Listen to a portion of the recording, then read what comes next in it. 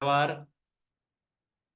Ahora sí, ahora volvemos a compartir pantalla. Discúlpenme la interrupción, pero me faltó poner a ¿Sabes grabar. qué?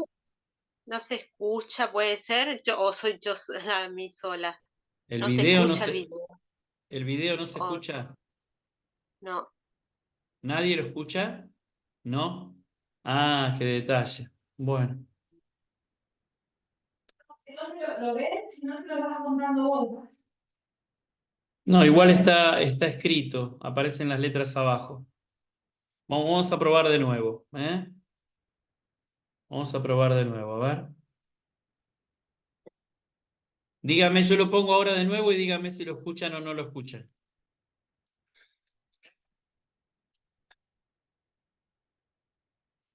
¿No?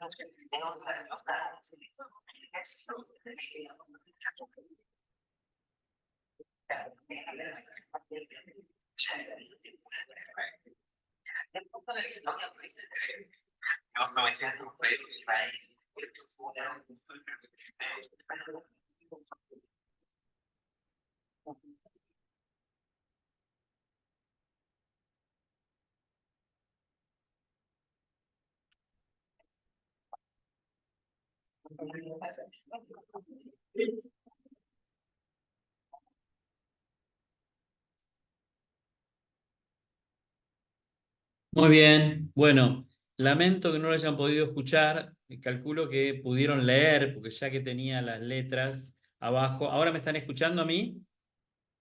A mí me escuchan. Bueno, como tenía subtítulos, bueno, por lo menos se podía leer lo que el video iba diciendo, ¿no? Lamento que los que no lo pudieron ver, no lo pudieron escuchar tampoco.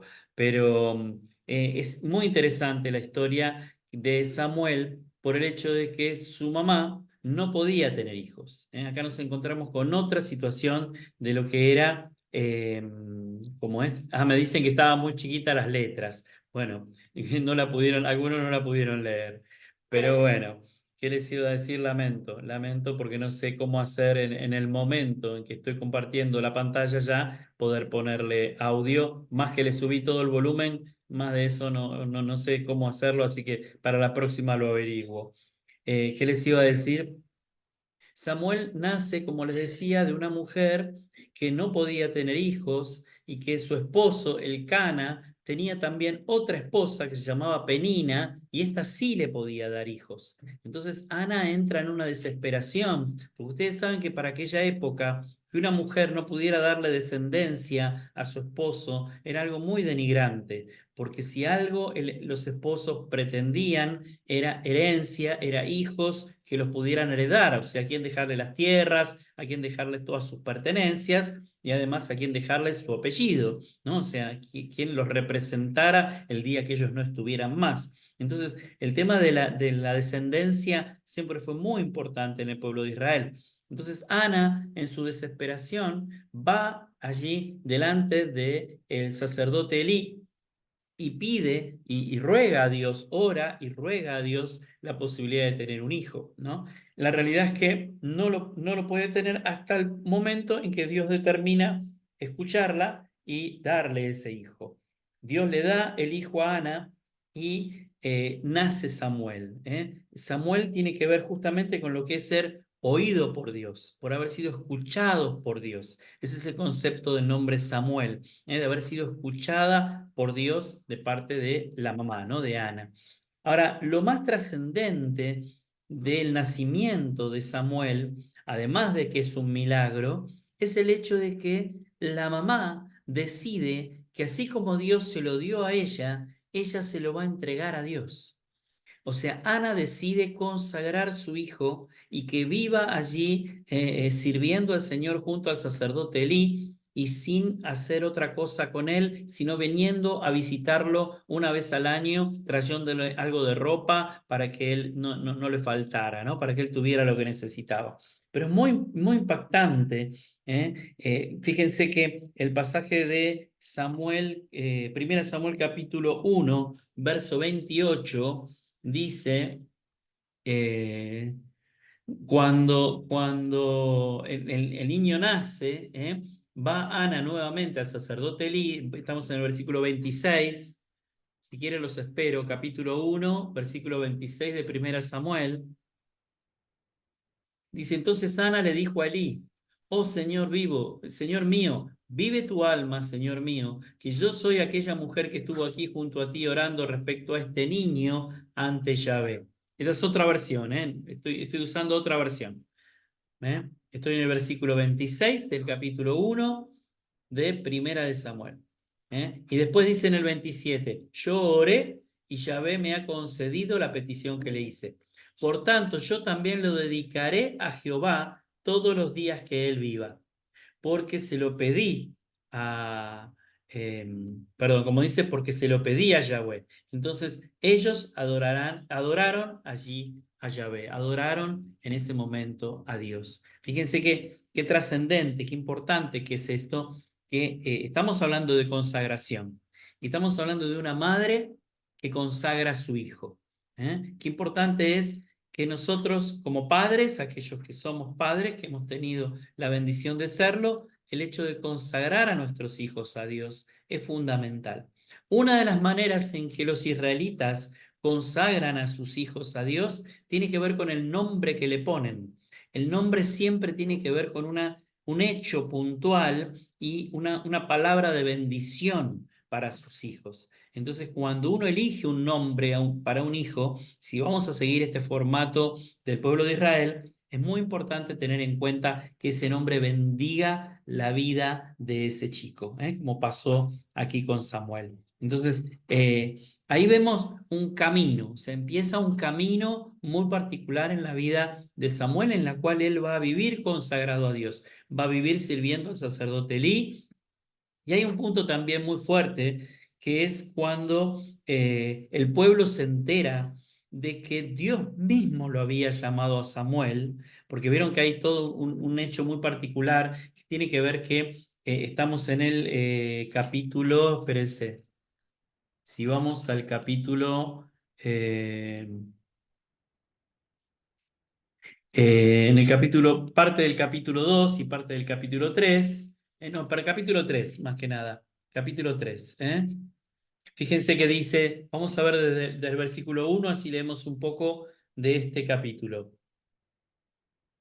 Dice, capítulo 3, versículo 1, el joven Samuel ministraba ante Yahweh en presencia del sacerdote Elí, y la palabra de Yahweh era de mucha estima en aquellos días. No se manifestaba ninguna visión. Pero sucedió en aquellos días que mientras Elí, ¿cómo es? En aquellos días, mientras Elí, cuyos ojos comenzaron a opacarse y no podía ver bien, y la lámpara de Yahweh todavía no se apagaba, estaba acostado en su cama, que Samuel dormía en el templo de Yahweh donde estaba el arca de Dios. Entonces Yahweh llamó a Samuel y él respondió, heme aquí. Luego corrió a Elí diciendo, puesto que me ha llamado, he aquí. Pero él le dijo, yo no te he llamado. Bueno, y así sucede esto más de una vez y dice que Eli le dice a Samuel, la próxima vez que sientas que te llamen, vos decís, Señor, he aquí tu siervo, ¿qué es lo que quieres? ¿No? O sea, como diciendo, que te ofrezcas a él. Habla, Yahvé, que tu siervo oye, que tu siervo escucha. Estoy en el versículo 9. ¿eh? Entonces vino Yahvé y llamó dos veces, Samuel, Samuel. Y Samuel dice, habla Yahvé porque tu siervo escucha. Y Yahvé dijo a Samuel, he aquí voy a hacer una cosa en Israel de modo tal que todo aquel que la escuche retiñirá ambos oídos. O sea que va a ser algo grave, algo fuerte. Versículo 12. Y en aquel día cumpliré contra Elí todo lo que yo he decretado contra su casa, desde el principio hasta el fin. Yo le he mostrado que juzgaré a su casa para siempre a causa de la iniquidad que él conocía cuando sus hijos abusaban del pueblo y él no los reprendía.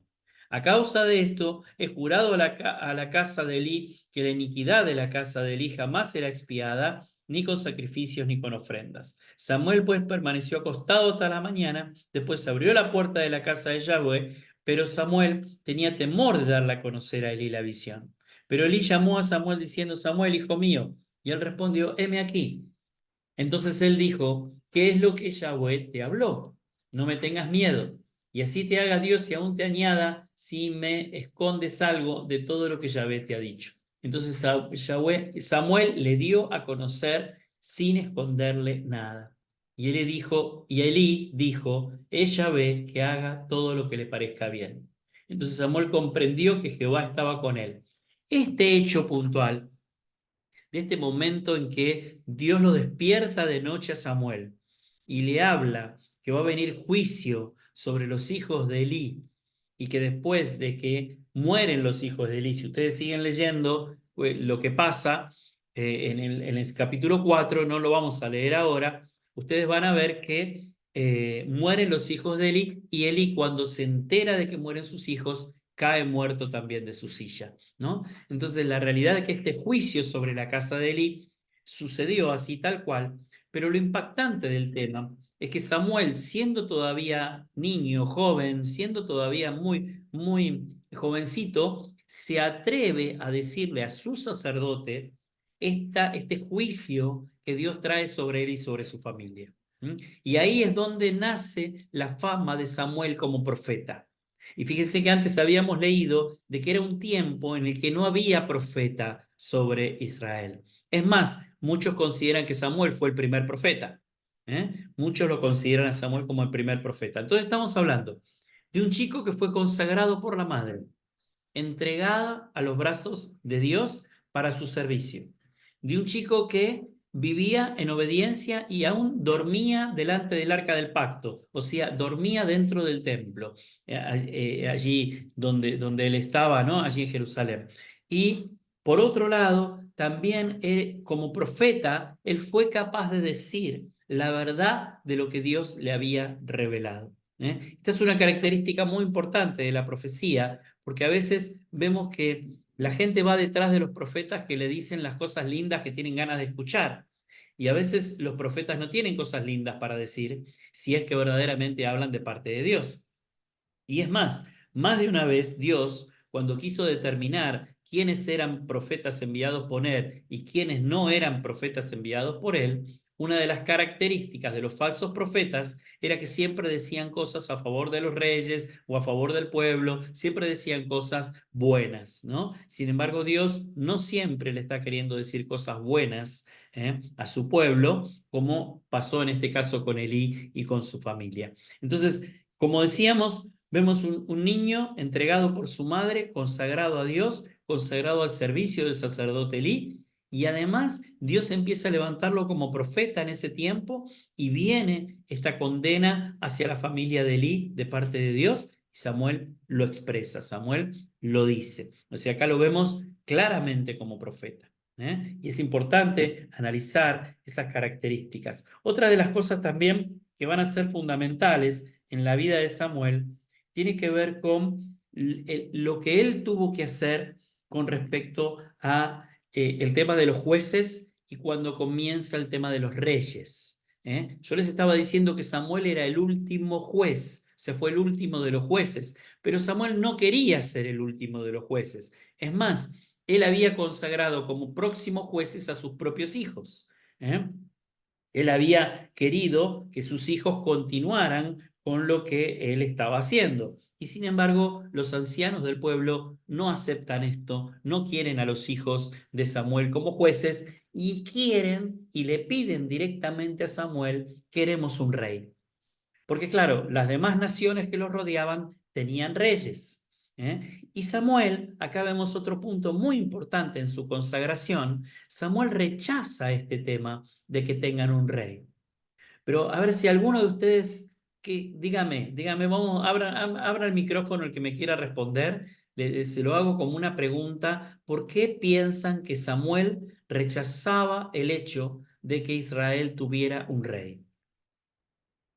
¿Alguno me lo puede decir o se puede dar una idea? Le escuchamos. ¿Por qué? ¿Por qué les parece? Bueno, les cuento, les digo así rapidito. ¿Saben por qué? Porque para Samuel el rey era Dios. O sea, ¿cómo iban a pedir otro que se ponga en lugar de un rey? ¿Cómo iban a pedir a un hombre que se ponga en el lugar de Dios? Porque para Samuel, que tenía una comunión tan grande con Dios, justamente por su consagración y por su entrega, para él el que mandaba y el que decía lo que había que hacer, lo que no había que hacer, era el mismo Dios. Entonces, cuando vienen y le dicen, no, los ancianos que quieren tener un rey, él es como que desecha eso y no lo acepta. Y como él no lo acepta, ¿qué hace? Consulta a Dios y le pregunta a Dios. Y dice, Señor, me están pidiendo un rey. ¿Y saben lo que Dios le respondió?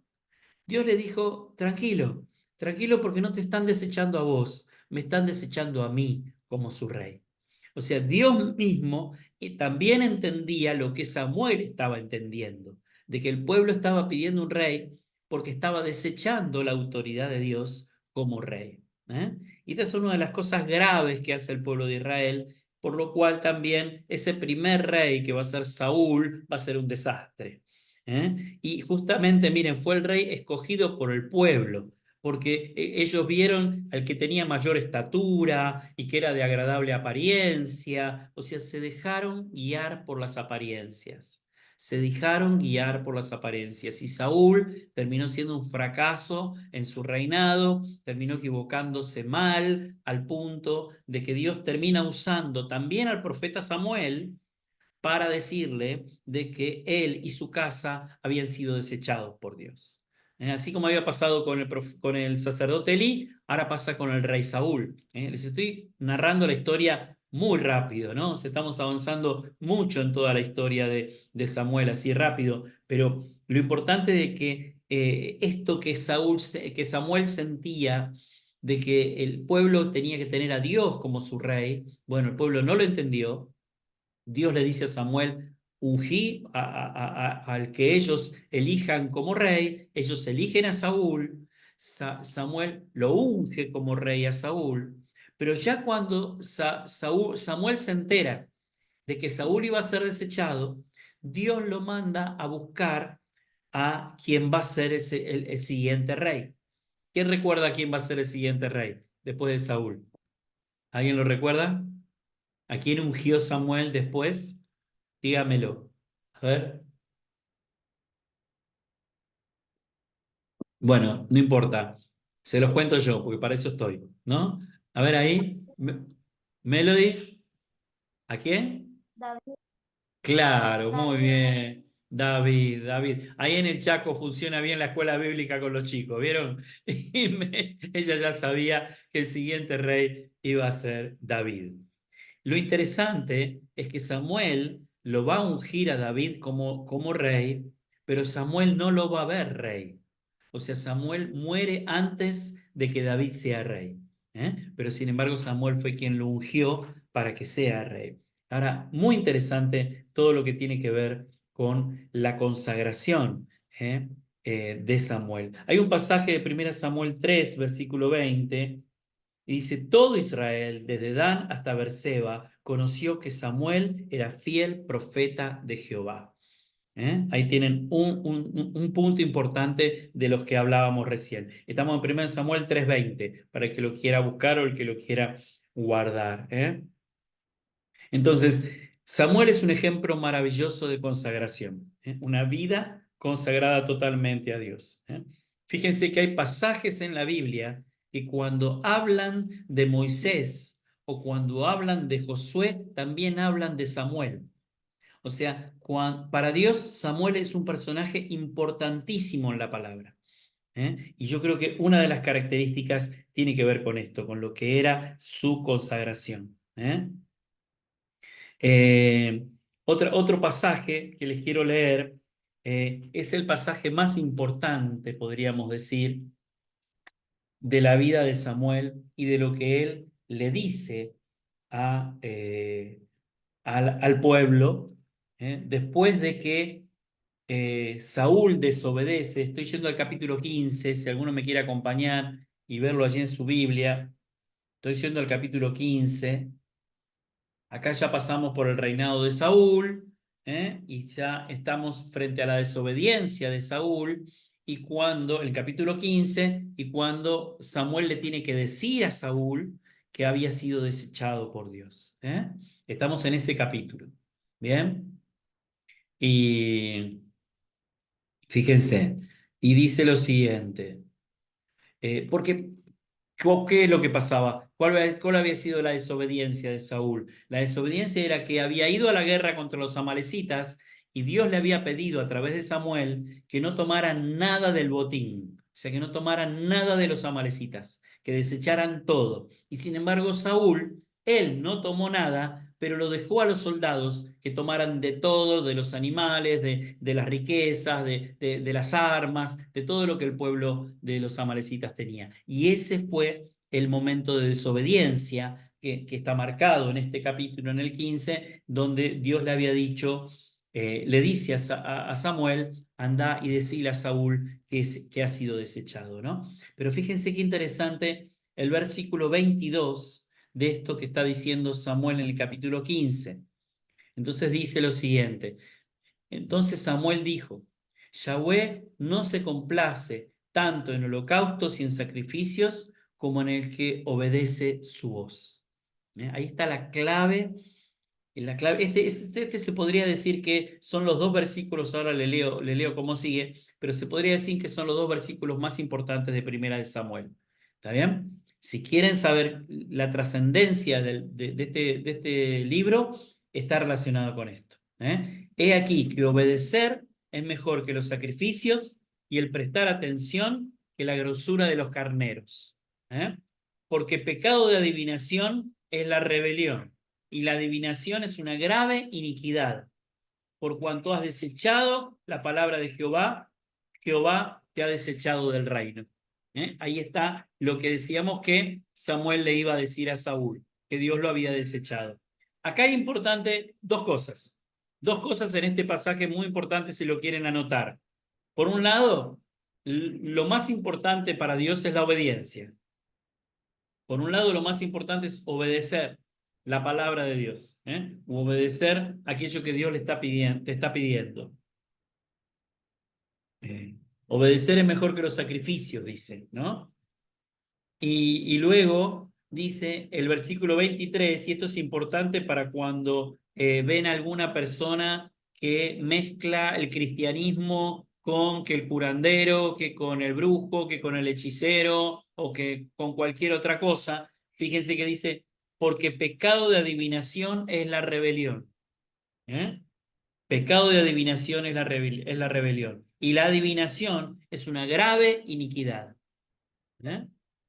Entonces, importante tener en cuenta esto para cuando hablamos con personas inconversas y que participan de alguna práctica que tenga que ver con adivinación. Fíjense que adivinación o sortilegio, como dice también en otros momentos la palabra, o lo que es, como les decía, curanderos, hechiceros, mismo ir a la vidente o al vidente o cosas por el estilo, son abominación delante de los ojos de Dios. Dios rechaza totalmente eso. Y esto es importante saber. ¿Está bien? Dice, y lo relaciona directamente con la rebelión. Y ustedes saben que rebelión es el concepto básico de la rebeldía. Rebelión es aquello que hace nacer la rebeldía. Y ustedes saben que la rebelión fue el pecado de Satanás. O sea, Satanás se rebeló contra Dios. Por eso todo lo que tiene que ver con rebeldía tiene que ver con cosas que no vienen de Dios, sino que vienen del diablo. Todo lo que tiene que ver con rebeldía nunca viene de parte de Dios.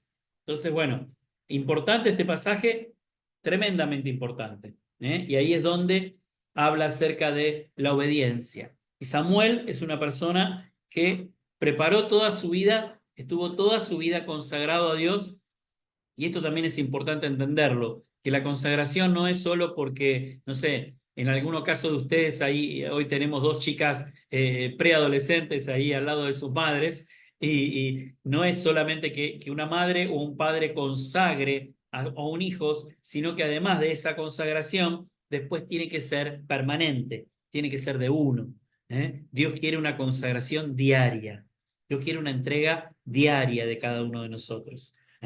Entonces dice que él él fue obediente porque escuchó a Dios, porque fue un consejero en nombre de Dios, y porque fue un profeta que daba palabra de Dios. ¿Está bien? Entonces, ¿de quién aprende la consagración Samuel? En primer lugar, la aprende de su madre.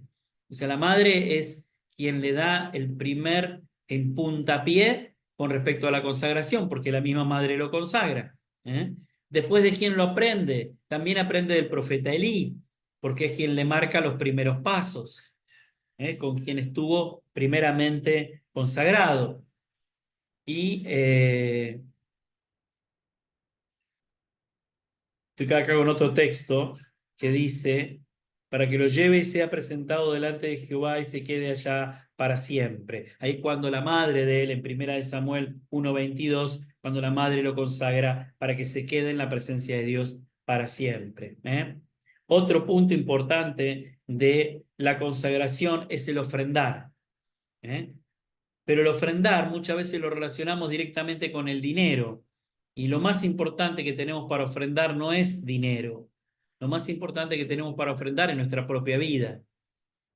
Entregarle nuestra vida a Dios, consagrar nuestra vida a Dios es una ofrenda a Dios. Entonces, cuando vos le das tu vida a Dios como ofrenda, te entregás a Él, te estás consagrando a Él. ¿Está bien? Bien. Y otro de los puntos importantes es la convicción y la decisión de buscar una vida agradable a Dios. En la convicción y la decisión de buscar una vida agradable a Dios. Hay también un par de puntos importantes. Yo lo tengo acá en un estudio, si me dejan verlo un minutito, sin que moleste al Zoom. Espérenme un segundo. Yo necesito ver acá. Ajá. Bien. Algo que les quería compartir, que tiene que ver, no, perdón, no lo tengo acá, lo tengo en otro lado. Espérense. Ahora sí. Algo importante que les quería compartir tiene que ver con el hecho de que Samuel era nazareo. Nazareo, no nazareno. Nazareno es una cosa y nazareo es otra. ¿eh? Jesús era nazareno y era nazareo. Eran las dos cosas, solamente Jesús. Pero nazareo, que tiene que ver con el concepto de nazareato, tiene que ver con consagración, con una vida totalmente consagrada a Dios. ¿Está bien? Y esa vida totalmente consagrada a Dios estaba directamente relacionada con algunos puntos específicos. Uno de ellos era no beber ningún fruto de la vid, ni tampoco ninguna, o sea, lo que dice la palabra habla de sidra, o sea que, y la sidra es fruto de la manzana, pero más allá de eso, no beber alcohol, no tomar alcohol. El nazareo no tomaba alcohol, el nazareo no cortaba sus cabellos, o sea que, digamos, que nosotros a veces vemos a, por ejemplo, Sansón. ¿Vieron que Sansón tenía el pelo largo? Bueno, Sansón, al igual que Samuel, eran nazareos. O sea, ellos no cortaban su cabello. Ahora ustedes se lo imaginan como si fuera un rockero que tiene un poco de pelo largo hasta los hombros o no sé, hasta la cintura, y no es así. Para que entendamos una cuestión que tiene que ver con el Oriente, con Medio Oriente, ¿ustedes vieron los turbantes? ¿Por qué los hombres usaron turbantes desde la antigüedad y aún en la misma época de Jesús? Porque enroscaban el pelo y lo metían sobre la cabeza y después se ponían el turbante arriba. ¿Está bien? Para eso eran los turbantes. Y en muchos casos lo siguen haciendo así. De muchos casos en el mundo árabe se sigue haciendo así. Esto de enroscar el cabello debajo de lo que es un turbante. Así hacían los nazareos. O sea que imaginárselo a Sansón o imaginárselo a Samuel con el pelo largo hasta la cintura no es la manera de imaginárselo. Imagínenselo con turbante y el pelo puesto debajo del turbante. ¿Se entiende? Para tener una idea más clara de lo que es el tema de lo que es ser nazareo. Pero nazareo era una persona que era consagrado toda su vida para servir a Dios, para dedicarse a Dios. Y esto es un punto muy importante en la vida de Samuel, en la vida de Samuel, porque él había sido consagrado de esa manera. ¿Qué forja la consagración espiritual en una vida? Forja el carácter. La consagración espiritual forja nuestro carácter. Yo siempre digo de que cuando hablamos del fruto del Espíritu Santo, no gozo, paz, paciencia, benignidad, bondad, fe, amor, templanza, el fruto del Espíritu Santo refleja el carácter de Cristo. Refleja el carácter de Cristo. O sea, yo lo relaciono directamente, fruto del Espíritu, con cómo era el carácter de Cristo. Fe, templanza, amor, benignidad, bondad, mansedumbre. Estamos hablando de una persona consagrada a Dios. Y esta consagración se la puede ver claramente en el carácter de una persona. Entonces, ustedes pueden decir, bueno, pero yo vengo con ese carácter. No, no, no. El carácter se forma y el carácter se va transformando también. O sea, tiene que ver con tu vivencia y tu entorno, con tu familia y con tu entorno social. El carácter se va formando. Lo que sí traes en los genes es el temperamento. Lo que sí traes en los genes es tu temperamento, que a mi entender, a mi humilde entender, Dios, porque tiene la capacidad para transformarlo todo, también tiene la capacidad para cambiar el temperamento. Así que cuando la persona dice, no, pero yo soy así y Dios me hizo así y me tiene que aguantar así, de alguna manera están rechazando el hecho de que Dios puede transformarlos. Dios puede transformar el carácter, Dios puede transformar el temperamento, pero es un trabajo no solo de Dios, sino es un trabajo de Él con nosotros y de nosotros con Él, que tiene que ser constante, que tiene que ser permanente. Entonces podríamos decir que la consagración, una de las cosas más importantes que hace es forjar el carácter. Si lo quieren poner allí, si quieren anotar algo con respecto a esto. Otra de las cosas importantísimas de la consagración es la honestidad.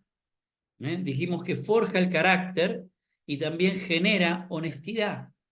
Porque fíjense que todo lo que Samuel tuvo que decir de parte de Dios, por más de una vez no eran cosas buenas, como le tuvo que decir a Elí que él que sus hijos iban a morir, y como le tuvo que decir a Saúl que había sido desechado como rey, o sea, y como tuvo que decirle al pueblo muchas cosas, porque también Samuel fue el que logró sacar todas las estatuas de los dioses falsos, porque uno de los problemas que tenía en esa época el pueblo, de por cual de alguna manera no obedecían a Dios como rey, era el hecho de que creían en muchos otros dioses. Creían en muchos otros dioses porque se habían contaminado con los pueblos vecinos. Entonces habían armado toda una mezcla de dioses, por eso no lo veían a Dios, a Jehová, a Yahvé, el creador del cielo y de la tierra, como su único y verdadero Dios. Y esto fue otra de las cosas que Samuel hizo, derribar los altares. Derribar los altares. Entonces, lo que él tuvo que decir, lo que él tuvo que ayudar al pueblo a que se consagrara verdaderamente a Dios, tiene que ver directamente con la honestidad en la vida consagrada a Dios. La persona consagrada a Dios es honesta en lo que dice y es honesta en lo que hace. ¿Vieron esa frase que dice, no solo hay que ser, sino también parecer? No solo hay que serlo, sino también parecerlo. Bueno, tiene que ver con eso, ¿no? No solamente hay que ser honestos, sino también demostrarlo, que es así. Y Samuel creció de esa manera, con esa consagración, eh, y la gente confiaba en la palabra de Samuel, porque la gente confía en una persona honesta.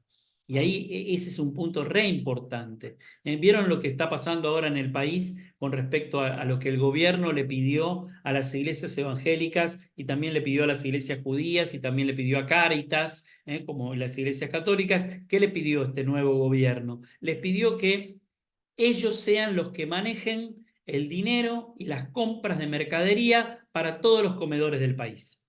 O sea, así como antes estaban todos estos grupos de barrios de pie y todos esos grupos de gente que manejaban a los piqueteros y todo eso, para que todo eso desaparezca, el gobierno que hizo un acuerdo con las iglesias.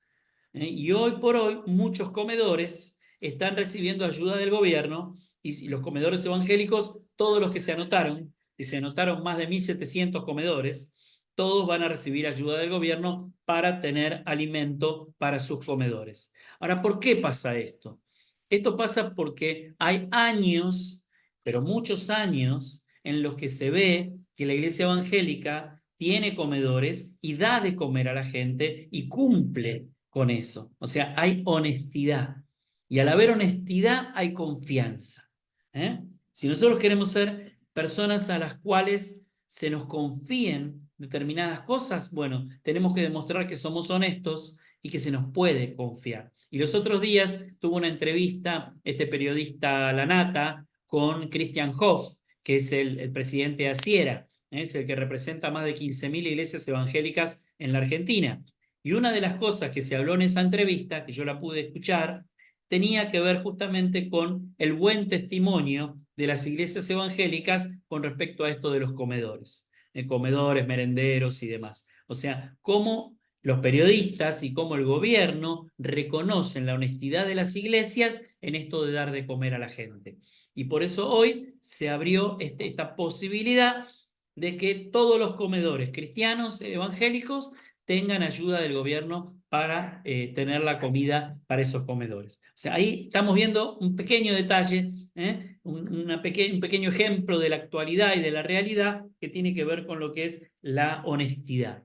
Una persona consagrada es una persona honesta. Una persona consagrada no miente ni por él ni por otros. Una persona consagrada no vive en la mentira, porque sabemos quién es el padre de la mentira. Entonces, es muy importante comprender esto y comprender que qué valiosa que es la honestidad en una vida consagrada a Dios. Amén. Bueno, les leo algo acá interesante, cuán valiosa es la consagración porque de verdad nos permite ser muy honestos, aunque eso signifique mala fama. A veces pasa eso, A veces la persona honesta no es bien vista, no sé, como en un trabajo que dice, no, tenés que decir esto, tenés que decir lo otro, o sea, para que el jefe haga así, para que el jefe haga así, y quieren que vos mientas o quieren que vos engañes para que de alguna manera las cosas sucedan o las cosas se den. Y ahí es donde se ven los pingos también. Ahí es donde se ve si uno va a mentir o no va a mentir, o si uno va a hacer lo que hacen los demás o no. Nosotros tenemos escuela, ¿no es así? En la iglesia tiene una escuela, un jardín, una primaria y una secundaria. Y desde que la escuela existe, cada vez que hay huelgas, cada vez que hay paros, cada vez que hay paro docentes, nuestra escuela nunca hace ningún tipo de paro. Nuestra escuela se ocupa de educar a los chicos. En nuestra escuela no existen los paros. Y las maestras lo tienen totalmente en claro y no tienen ningún problema. O sea, no nos adherimos a ningún tipo de paro porque esa es la bajada de parte de la directora y así se trabaja. Entonces, honestidad implica la posibilidad de hacer las cosas bien, más allá muchas veces de que eso nos dé buena fama o no delante de los hombres. Nosotros lo que nos tiene que importar es lo que hacemos delante de Dios. ¿Está bien? Y los hombres, si les gusta bien y si no les gusta, lo lamento. Entonces, si mañana hay un paro y vos querés ir a trabajar igual y los empleados que son tus compañeros te van a decir, no, no vayas a trabajar por esto, por lo otro, vos tenés que querer ir a trabajar igual. Porque no es esa la manera de resolver nada, porque ya lo vimos en este país muchísimas veces, ¿no? Pero bueno, el nivel profundo de consagración hizo de Samuel un ministro de Dios respetado y admirado, porque tenía el respaldo del Señor debido a su comunión íntima con él. El nivel de consagración de Samuel lo hizo ser respetado y admirado por el pueblo de Dios, y ese nivel de compromiso con Dios tuvo que ver con la intimidad que él tenía con su Dios. Amén. Si les parece, nos vamos a quedar con eso. Nos vamos a quedar con su honestidad, nos vamos a quedar con su valentía, nos vamos a quedar con la capacidad que él tuvo de decir las cosas de frente y de no callarse. Nos vamos a quedar con esto del carácter formado por Dios en medio de la consagración. Y para decir esto, les doy un detalle más. Vieron, como buen pastor digo que termino, pero no termino. Pero voy a esto, de que esa consagración del carácter muchas veces tiene que ver también con las dificultades, con cómo atravesamos las dificultades. El carácter es formado también en la fragua, y la fragua tiene que ver con el fuego. Y a veces en el fuego de las pruebas, nuestro carácter es formado. En el fuego de las pruebas nuestro carácter va siendo formado. Samuel tuvo que atravesar muchas cosas difíciles y su carácter también fue formado por eso. O sea, sí tiene que ver con consagración, pero la consagración también tiene que ver con cómo enfrentamos las pruebas. Saber que una prueba no es una dificultad imposible de resolver, sino que depende de cómo la tomamos y de cómo estamos dispuestos a seguir avanzando en medio de esa prueba, en medio de esa dificultad. Tenemos que ser muy resilientes los cristianos. Tenemos que sacar fuerzas de donde no la hay para seguir adelante, sabiendo en quién confiamos, sabiendo en quién está puesta nuestra esperanza. Eso también es consagración. Eso también es consagración. Y por eso también, por las pruebas, es moldeado nuestro carácter. ¿Amén? Bueno, muy bien. Si les parece bien, vamos a dejar acá la clase. Así continuamos la próxima con otro personaje bíblico y vamos a ir terminando las lecciones de esta materia a través de un par de personajes bíblicos más que vamos a estar estudiando y viendo en este tiempo. ¿Sí? Bueno, muy bien. Dios los bendiga a todos. Gracias por estar, por participar. Saludos al Chaco, saludos a Perú, saludos a España, saludos a todos los que nos están viendo y compartiendo hoy y los que lo van a ver grabado. Dios los bendiga a todos. Detenemos allí entonces la